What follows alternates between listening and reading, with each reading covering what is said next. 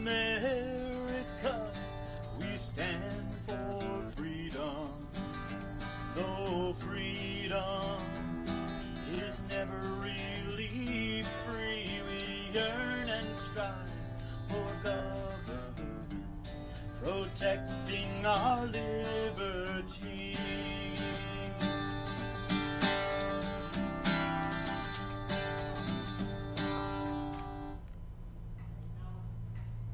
Good evening and welcome to Your Right to Know by the Fitchburg Republican City Committee. My name is Mary Lotze and I will be your co-host for this evening's show. Joining me in co-hosting duties is my friend and fellow Fitchburg Republican City Committee member, Kathy Goguen. Welcome, Kathy. Thank you, Mary. And joining us on the panel tonight is our esteemed guest, Anna Farrell. Anna is the city clerk for the city of Fitchburg. Welcome, Anna, and thank you for joining us. Thank you, Mary. Before we get started on our topic tonight, which is going to be all about voting, I'd just like to put out a little caveat for our viewers. Because our show is seen far and wide throughout Massachusetts, especially through the north central Massachusetts, but many Republican city committees and town committees link into us. Although we may talk about a few Fitchburg-specific statistics, that the show tonight is really going to be devoted to that sort of general concept of voting in Massachusetts. And correct me if I'm wrong, but the voting laws in Massachusetts are regulated by Massachusetts general law and are sort of governed by the Secretary of State, Bill Galvin. Absolutely. Did I say anything wrong there? No, you said nothing wrong. Perfect. Then let's get going. Okay. I'd just like to find out a little bit more about you, Anna, because you and I have known each other for a while, but how long have you been city clerk in Fitchburg? Since 2001. Oh, wow. It's been a while now. Yeah. Do you like it? Is it a good job? I love it. It's a great job. I think when we're here tonight talking about voting, one of the things we think of as a city clerk is voting. Right. But realistically, voting only happens a couple of days a year. Right. I know the city clerk, if we want to use the law of office location, the city clerk's location is always very prominent in your city hall. In the old city hall, you walked up the front steps and it was the first door on the left. Right. New city hall, you walk in the door, hang a sharp left, and you're right there. Very pronounced, prominent space. So obviously that tells me that the duties of the city clerk go far beyond a few election days every year. Could you give us a very short idea of what other duties the city clerk will do? Well, in my particular office, we have 4 major functions. We do the normal city clerk business, the vitals registration, birth, death, marriage, and a multitude of licenses and permits that we're required to keep on file. We also have the city council component. Some city clerks do that. Some cities have separate staff and offices for city council support, but we do that in my office. Okay. Staffing every city council meeting, processing all the paperwork, making sure procedure is followed correctly. Then we also do license commission. Again, many cities and towns have a separate office, but we do that as well. And we license all of the liquor establishments in the city. We also do common victualler, which is foods, restaurants, amusement devices, the games, all of that. They all require a permit. And then the 4th major component is elections. Okay, all right. Now, does every city in Massachusetts and every town actually have a city clerk that does some of the same duties? A city or a town clerk. Yes, we all 351 cities and towns in Massachusetts, and in some of the smaller communities, the clerks also take on other responsibilities, like assessing or maybe tax collector. Oh, wow. In the smaller communities. Oh, sure. Yeah, sure. generally not in the big cities. Yeah. Kathy, Oh, okay, I'll turn it over to you. A couple questions, things that have kind of piqued my curiosity. There's what, about 40,000 people in Fitchburg? What is the percentage of people who are eligible to vote, who actually register to vote? Well, the last federal census showed we had a little over 30,000 people who were at least 18 years of age. Whether all of those 30,000 are eligible to vote, citizens of the United States, I don't know. But if you're just going by that general number, we've got a little over 20,000 people registered to vote. Okay. So about 67, All right. 68% of those that we believe would be eligible. Okay. And what's the breakdown by party? Do you keep track of that? We do. Overwhelmingly, voters in Fitchburg are unenrolled, and then Democrat, then Republican, and then there's a sort of a sprinkling among the various political designations. Okay, all right. I'm in Ward 1. How many wards and precincts are there in Fitchburg, and how are the wards drawn up, and why is there a Ward A and B, or a precinct A and B in every ward? There are 6 wards, and within each ward there are 2 precincts. A ward can be a precinct all by itself if it does not have more than 4,000 inhabitants. Okay. That's the threshold. Is that true everywhere, Anna? 4,000? Yes. Yep. Okay. That's the threshold. Once you hit that 4,000 mark, then you need to break up a particular ward into precincts. Can some wards have more than 2 precincts Yes. if you're in a large city? Absolutely.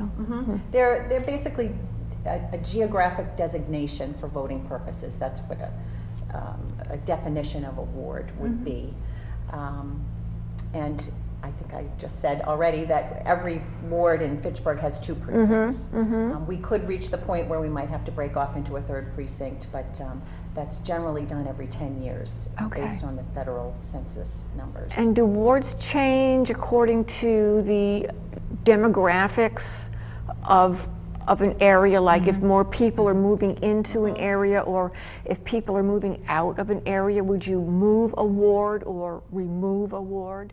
Well, we probably wouldn't remove a ward, but we might redraw the lines, which we just did 2 years ago based on the 2010 federal census numbers. You have to keep a balance between precincts.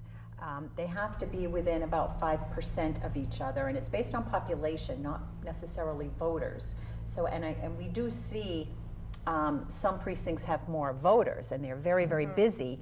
But it's not based on that. It's based on population. Okay, interesting. Yeah, so that's why I work the Memorial Middle School, and that's known as a very busy Very ward busy, yes. in Fitchburg. Right. Voter registration, right now, we're coming into election season again. We're in it. November We're in 5th, it, we are, yes. yes. November 5th is going to be our citywide election. And so we have a lot of people who now want to register to vote, or hopefully there's many people out there who are interested in voting, you voters out there who may be watching this. Yeah. How do you register to vote? What are the ways? Well, there's a few ways. Of course, you can go into any city or town clerk's office in Massachusetts. You don't necessarily have to go into your own city or town hall. Okay, I didn't know that. Yep. And then we would mail the registration to the correct city or town. So you're we saying make it convenient for people. If I work in Boston and it's Yes. convenient for me to register to vote there in Boston, I could do that for residents in Fitchburg. Yes, you can. Oh. You fill the form out with all the Fitchburg information. Sure. And then that gets They will mail it. sent along I here. would not have known that. Yes, you can. You can also do mail-in voter registration. You can actually download a mail-in voter registration form off of the Secretary of State website and mail that in. You can also register to vote at the Registry of Motor Vehicles if you happen to be there. Is that what's called motor voter? Yes, it Okay, is. explain motor voter. Well, it's the common term for doing voter registration transactions at the Registry of Motor Vehicles Do when a lot you're of there. people take advantage of They that? do. They do. Yeah. And it comes through the system, comes over the what we call the CVR, the Central Voter Registration System, that comes out of the Secretary of State's office and it's hooked into the registry. Those come in and we check them every morning. Well, now tell me this, because when I do work at the Memorial Middle School on election day, every once in a while people will walk in and I have to ask them to show an ID. And yet I know that in Massachusetts you do not need to show ID to vote. Right. Why do I have to ask some people and not everyone? Well, there could be a couple of reasons. One could be that they are a brand new voter in Massachusetts and they registered for the first time by mail and did not send in ID with their voter registration. So it is automatically flagged on the voting list for that person to show ID. And then once they show it the first time, then that's it. But we just need to verify that that person really is a person, because we haven't actually seen a person associated with the voter registration form. It came in by mail. So we just want to double check their ID before they vote for the first time. And then they could be an inactive voter. If it's an inactive voter, when they go through the process of voting, we have to check their ID to make sure they're still living in the city of Fitchburg. Okay, now you've actually opened up We've two jumped questions. to something else. No, Yeah. you've asked you've opened Yeah. up two very interesting questions, because again, people become very frustrated when they come to the polls. I know. And they go to vote, and either I have to ask them for an ID for whichever reason, whether they are a first-time voter and registered not in person, so they didn't show an ID. So now I need to say, show an ID, Right. or they are inactive. Right. And they tell me up and down in every way that they know they voted the last time, the last election, and I still say, I'm sorry, we need to see. Right. What are the forms of ID? Because again, Forms of ID? people don't know what to show, and I don't know what to tell them to show. So what are the forms of ID they need? Generally, any form of official government ID, such as a driver's license. We will also accept anything with a name and address on it. But the key point is that the name and the address have to match what's on the voting list. It has to match their voter registration. A utility bill, a rent statement, a bank statement, a payroll statement, anything that has a name and address as registered is acceptable. So for someone who recently moved and their address might be different on the voter registration list because they just moved from South Street to Main Street 2 months before the election, and the address may not have caught up to them, if they come with an old address or a new address utility bill, that would not be acceptable because it would have a wrong address. If they are showing an ID because they're a first-time voter in Massachusetts, it will not be acceptable, no. If they are showing identification because they're an inactive voter, it would be acceptable. However, they would need to fill out what's called an affirmation, which tracks their old address and their new address, and then we change their voter registration status to match their new address. All right. Yeah. Okay. Now, political party designations. How many political parties are there? Two in Massachusetts, which would Democrat be- and Republican. What is an unenrolled? People seem to confuse unenrolled and independent. Yes. What is an unenrolled? An unenrolled voter is someone who is not enrolled in a party or any political designation. They're commonly referred to as an independent voter. But they're, by classification, it's unenrolled. It's you unenrolled, that we yes. would normally see. Yes. Thank you. Kathy. Well, we're getting close to primary day. Yes. In September, we're going to be having a primary.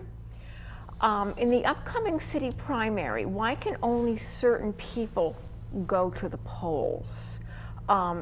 Is it, I guess we're only electing people in certain wards for certain councilors? So is only for the people that are voting in those specific wards, and is not something for a citywide people to vote in? That's correct, yep. And it's actually a city preliminary.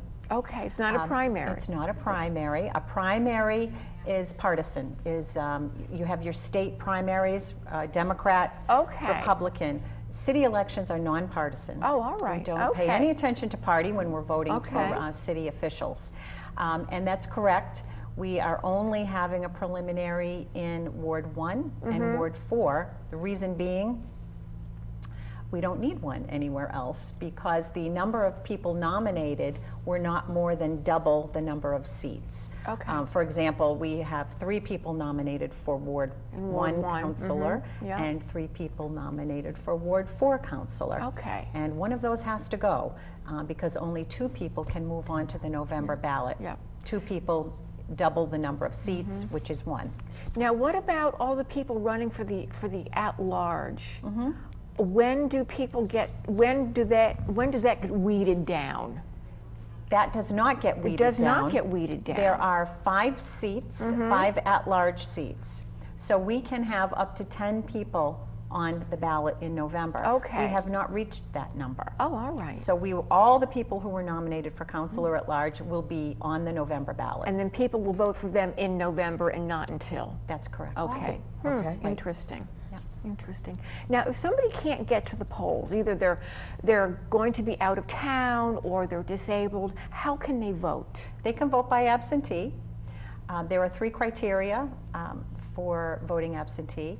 You are either not going to be in the city on election day, you have a physical disability that prevents you from getting to the poll, or a religious belief prevents you from voting that day. And you can fill out an absentee ballot application and send that in, and we will mail that to the person, or they can come into the counter and vote ahead of time if they're going to be out of the city.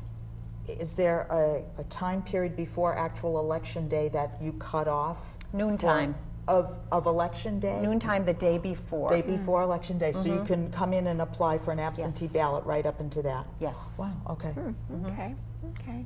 Now, every year I get my city census, and every year I fill it out faithfully and send Good it for back. you. Does that determine whether or not I get to vote? Do you do something with the voter rolls depending on who fills out their census? Not quite. If you fill out your census, you remain on the active voting list. Okay. You can, even if you don't fill out your census, you can still vote, but you're going to have a little bit of an issue when you get to the polls. You're going to have some And Mary's paperwork. going to ask me for ID or something. That's right. Yes, she is. Yeah, the census is our way of checking in with people every year, which we're required to do by statute, to make sure that you still live in Fitchburg and you're still eligible to vote in Fitchburg. If you don't respond to the census, we don't know. So when you show up at the polls to vote, you have to fill out some paperwork. You have to step aside, fill out the paperwork before we're allowed to give you a ballot. Now, is that called the provisional ballot? Is that no, it's not. That's totally different. Okay. The inactive voter process is called it's called an affirmation of current and continuous residency. Okay. A provisional ballot is very different. A provisional ballot is not counted on election day. It is a ballot that is given to a voter. We cannot find them on the voting list, and we've tried every way possible to find them, and we offer them a provisional ballot just for that day, on election day, and then it comes back to my office, and I do further research the next day, and sometimes for several days afterwards, to see if something happened to that voter, if there was a little glitch in the system. Okay. And then if I find that their vote should have counted, then we actually open the ballot, we count the vote, and we adjust the results. Okay, interesting. Okay. There are different people who work at the polls during the election. How does someone get involved in being a poll worker, and what are the different types of poll workers? Well, if you are a registered voter in Massachusetts, you can be a poll worker. You also have to be willing to work a very long day. Yes. As Mary Especially knows. in presidential elections. That's right, yes. And I'm always looking for new poll workers. I have a fantastic crew of poll workers right now. But I'm always looking for backups because things happen. People get sick, they go on vacation. We have special elections in the summertime, people aren't around. All they need to do is call me, and I'll send them a very simple application, and they'll need to come in, just chat for a little bit, and of course they need to go to training before I will give them an assignment. It's really a very simple process, but it takes some dedicated individuals. Yeah, I'm sure it does. Yeah. I'm sure. Do you have the same people coming back Yes. election after Oh, election? yes. Yeah, the vast majority of poll workers have been doing so for a number of years. What's a poll watcher, and what is the difference between a poll watcher and a poll worker? A poll worker would be the people who are basically running the election at the precinct. The warden is in charge, the clerk is the second in command, the people sitting at the table checking people on the books, the inspectors. Those are the poll workers. Poll watchers are generally working for a particular candidate or a particular ballot question. And they are checking to see who's coming in to vote. Many of them work for a particular party, and they have voting lists. And they're sitting there listening as the checkers call out the names of people who are there to vote. They're looking on their list too to see if the people that they know who are supporting their candidate or their question are coming in. And they usually are communicating back and forth with some kind of candidate or a ballot question headquarters. Do people get upset about that? I know Some do. many people are very private about who their they're voting vote. for and the fact that they are Do voting. people know, I mean, do these people know who someone votes for when they go into No. the... No one knows who you are voting for. But they know what party. they know I mean, what- when I go in and want a ballot for a specific party, that poll watcher knows whether or not I'm one of him, Yes, right? they do. Yeah. It's a public process, and yes, Mary, you said, do people get upset about that? Yes, some people do get upset about that. Some people don't want other people to know what party ballot they're choosing. For instance, Sure. if they're Right, unenrolled and right. it's a state primary, and they have to declare whether they want Democrat or Republican. I have gotten calls from people who are upset that their name is stated out loud. Like when I go up to vote, I state your name and address, and that check-in person is trained to repeat it loudly. That's what the law tells us we have to do. It's a public process. So, Well, there's just so much to know about voting, and you know, people think that what they vote is private, and it is. But Yes, it is. we all have access to voter list, and we know by party. And to Kathy's point, when we know by party who people are going to vote for, we could, in some ways, presume the individual they voted for. Although we never know, because working the polls, at the end of the night, when we open up the boxes, we see Mickey Mouse, and so you really never know who somebody No, goes it is- and votes And for. you It have is to a count. secret You have to ballot. count all those Mickey Mouse. we count all the Ballots, too. write-ins. Yes. So now, who counts the votes at the end of the night? How is that done? The warden and the clerk, at the end of the night, the close of the polls, you unlock the ballot box, take all the ballots out, and the poll workers are instructed to put them into piles and flip through every single ballot looking for write-ins. All of the write-ins are listed out, and after that is done, then the machine, we use an AccuVote vote tally machine. It electronically counts the votes for the candidates who are on the ballot. But of course, the machine can't read. So we have to count the write-ins by hand, or the poll workers count the write-ins by hand. And some of them are quite unique. I do have to say that. Yeah. Some people get very creative with Yes, their they do. Crayola. Oh, I'm sure they do. Yes, they do. How long do you keep the ballots and all in City Hall? Or what happens to them? Do they get like tossed out in the next day's mail? No, or, they don't, Or in the no. next day's trash? No, any state or federal election ballot is stored for 22 months Oh. by law, kept in the sealed box. Before the ballots leave the precinct at the end of the night on election day, they are sealed, and they stay sealed for 22 months, and then we can dispose of them after that. I know, Kathy, you had a question you wanted to ask about the students at the college. Yes. Maybe I'll phrase it this way. What prevents someone from voting in two places at once? I'll pick on the students. They live out of state, but they're going to school in Fitchburg.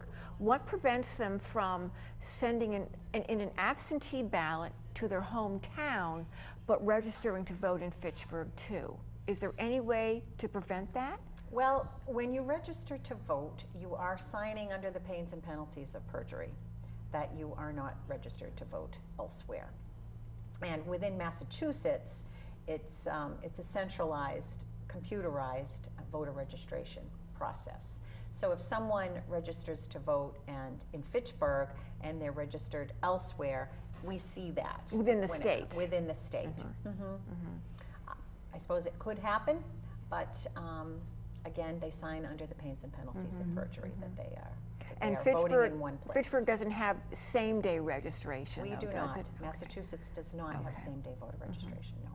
And we don't have voter ID, show your ID No, to we vote do not. at this point. No, we do not. Sometimes things may change, but right now we don't. They may. Anna, before we close tonight, I'd just like to give you the opportunity to tell our viewers anything that you think you'd like them to know. Maybe give them that one last get out and vote, register. So Sure. I'm going to turn it over to you for a minute. All right, thanks. Well, the next election coming up is the city preliminary that we just discussed on September 10th. That is for Ward 1 and Ward 4 only. Then, of course, we have the municipal election coming up in November, and you need to be registered to vote if you want to vote in November. October 16th is the last day to register to vote for that election. You don't have to wait until the 16th. You can come in at any time and do that. And of course, if you have any questions at all about your voter registration status, you can call my office at 978-829-1820. One of the most important things you can do is make sure you fill out your annual city census every year so you don't have a problem when you get to the polls, so that you remain on the active voting list. It's very important for you to do. I really appreciate you reminding people about that city census, because I think people just look at it as, oh, another piece of paper. Right. They look at it as junk mail. Oh, I don't need to do this. And I think it gets, either cast aside and then they forget about it, Right. or it just doesn't get answered. And it's another hassle that we deal with at the polls, where people become frustrated, Right. and almost needless frustration because they had the opportunity of filling out very quickly Right. a piece of paper. Absolutely. I'd also like to just acknowledge that the new City Hall, personally, I think it's a wonderful place to go. It's easy to find people in the City Hall. But you have a very excellent and dedicated staff. I sure I've do. never walked into the City Hall, into the City Clerk's office specifically, and met with anybody, but just people who are competent and diligent about their duties and responsibilities. So please tell your staff I thank you certainly for will. us. Thank you very much. And believe it or not, our half hour is over. That was We fast. told you it was going to be the fastest half hour you've ever seen. So that's our show for tonight, and I really want to thank you, Kathy, for joining us. And Kathy and I and the Fitchburg Republican City Committee would really want to extend our thanks to you, Anna, for being with us tonight. And I hope this conversation on FATV and on our YouTube channel and on our website and everywhere else gets people stimulated to go out and take voting responsibility and to go out and vote. So thank you again very much. Again, we are the Fitchburg Republican City Committee. We are the voice of conservatism and for the grassroots politics in Massachusetts. Every town city has a Republican City Committee. Find it if you're interested.